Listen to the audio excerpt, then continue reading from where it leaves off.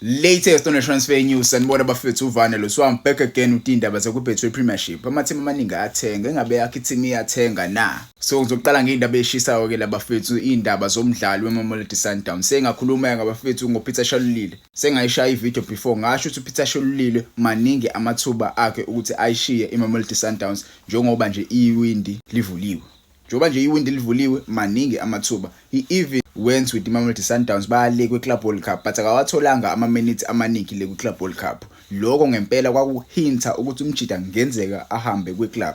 He's a phenomenal striker uMjida. Unama-goals awu-130 for iMamelodi Sundowns. Usewine ama-trophies awu-6 nama-golden boots ayi-5. So istriker sangempela lezi. Phume indaba-ke kuthiwa uMjida udingwa iClub le edlalela u-Elias Mokwana yale eTunisia.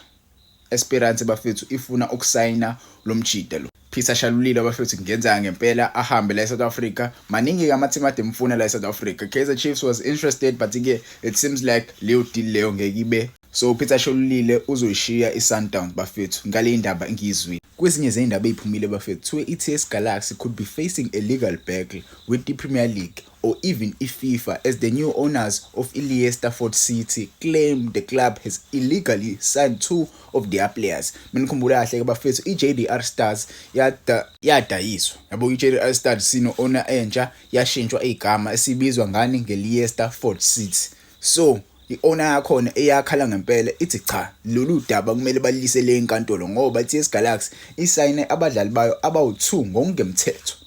Hey, nawu indaba seyiphumile bafethu. Asazi ekuzowenzakalani but ke it seems like iTS Galaxy could be fined noma kodwa asazi ukwenzakalani. Yabo asilinde nje indaba but ke izona indaba engizwile lezi iTS Galaxy isenkingeni enkulu. Ngangitshela ama comments bafethu why ama club ala kwiPSL ehlezi esenkingeni. Ehlezi esenkingeni awasifundi isifundo why bengenzi izinto ngokomthetho. Because lezi zinto ezikanje ziticelela phansi isithunzi sePSL.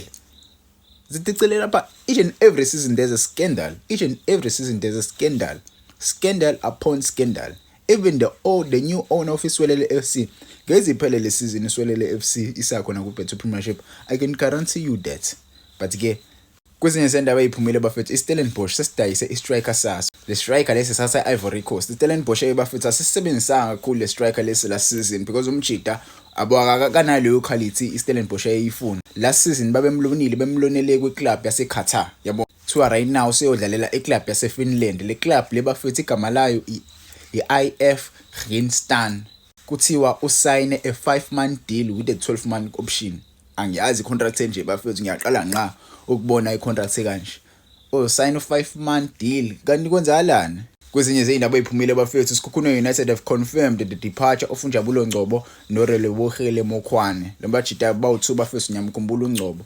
Relebohile I don't know much of the player but ke uMjida usededelwe iSekhukhune United. Sadedela sasayini because namhlanje futhi ba-announceile umdlalo bamsayinile. uMjida uyi-defender. Sekhukhune United basayine another defender bafethu uMedupi Toholo. uMjida uqhamuka from iKaizer Stars.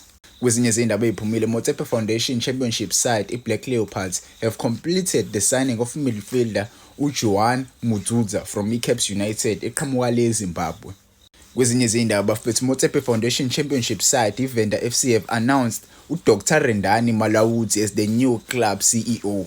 Orlando Pirates namhlanje confirmile ukuthi igame yabo bazoyidlala against iPolokwane City. It will be a sold out affair.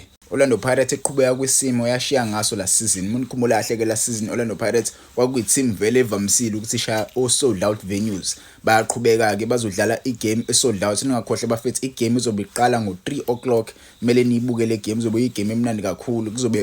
Kuzobe kufika ucoach omusha esigodini uzobe ezodlala igame yakhe yokuqala ngqa. Ngangitshela lapho esikolani uthi kahle kahle uba izophela uba igame ushilo ukusibisa wathi Orlando Pirates izoyibona u3-0 le game le. Ngangitshela ama comments ithini la i-score prediction yakho yale game le yakusasa. Masukuthi kwezinye izindaba bafethu Stellenbosch FC have completed the signing of uMtheleleni Mthiyane from Milford FC in an undisclosed fee. uMjida uno-24 years old ufike eCape Town izolo ebusuku. Kwezinye izindaba bafethu former Kaizer Chiefs winger uTebogo Potane is reportedly in talks with the newly formed Swelele FC following his exit from Amakhosi.